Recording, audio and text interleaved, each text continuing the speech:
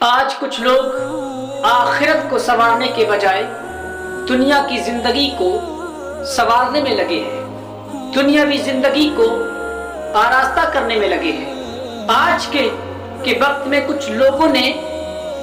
Motor cycle پر چلنا کامیابی کی دلیل سمجھ لی ہے، ماروتی کا ہونا، موٹر سائیکل کا ہونا کامیابی کی دلیل سمجھ لی ہے، زمین و جائیداد کا ہونا کامیابی کی دلیل سمجھ لی ہے،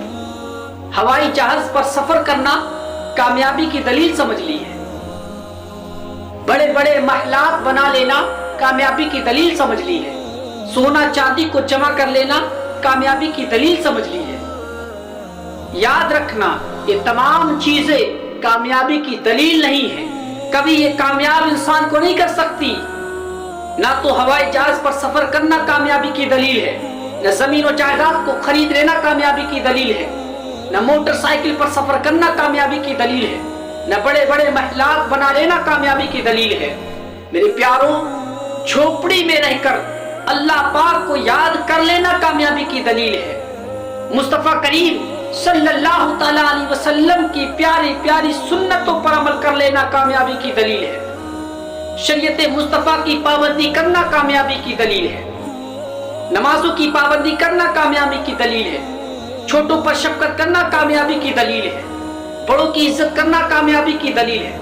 خوف خدا سے لرزتا ہوا یعنی رب کی بارگاہ میں توبہ کر لینا کامیابی کی دلیل ہے، قرآن مقدس کی تلاوت کرنا کامیابی کی دلیل ہے، نمازوں کی پابندی کرنا کامیابی کی دلیل ہے، والدین کی خدمت کرنا کامیابی کی دلیل ہے، غیبت اور چغلی سے بچنا کامیابی کی دلیل ہے، جھوٹ اور حسد سے رکنا کامیابی کی دلیل ہے، چھوٹوں پر شفقت کرنا کامیابی کی دلیل ہے۔ اگر کامیابی کی دلیل دیکھنا ہے تو ماں باپ کی خدمت کرو، چھوٹوں پر شفقت کرو، بڑوں کی عزت کرو، بڑوں کی تعظیم کرو، مصطفیٰ کریم صلی اللہ تعالیٰ علیہ وسلم کے فرامین پر عمل کرو، قرآن مقدس کی تلاوت کرو، لوگوں سے محبت سے بات کرو، لوگوں سے محبت سے پیش آؤ، یہ کامیابی کی دلیل ہے۔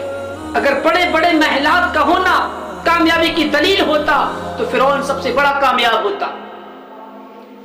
نرم نرم بستروں پر سونا، آرام کرنا کامیابی کی دلیل ہوتا تو میرے پیاروں، امیہ بن خلف سب سے بڑا کامیاب ہوتا۔ بادشاہی کامیابی کی دلیل ہوتی تو نمرود سب سے بڑا کامیاب ہوتا۔ سونا چاندی جمع کر لینا کامیابی کی دلیل ہوتی تو یاد رکھنا قارون سب سے بڑا کامیاب ہوتا۔ بغض، حسد، تکبر، گھمنڈ یہ کامیابی کی دلیل ہوتی تو ابو جہل سب سے بڑا کامیاب ہوتا۔ لیکن خدا گواہ ہے میرے پیاروں، یہ سب کے سب ناکام ہیں، نامراد ہیں، اللہ رب العزت کی بارگاہ میں ان کا کوئی مقام نہیں، اور دنیاوی لوگوں میں دیکھو تو ان کی کوئی حیثیت نہیں، اللہ کی بارگاہ میں ان کا کوئی مقام نہیں ہے، اور دنیا کے لوگوں کے سامنے ان کی کوئی حیثیت نہیں ہے۔ یہ سب کے سب جہنم کا ایندھن بن گئے، یہ دردناک عذاب میں مبتلا ہیں، اور طرح طرح کے عذاب میں ان کو مبتلا کر دیا گیا، اور ان کے لیے جہنم کا سخت عذاب ہے، دردناک عذاب ہے۔ یہ جہنم کی ایسی وادی میں ڈالے جائیں گے، یاد رکھنا، جس میں تاریکی ہی تاریکی ہے، اندھیرا ہی اندھیرا ہے،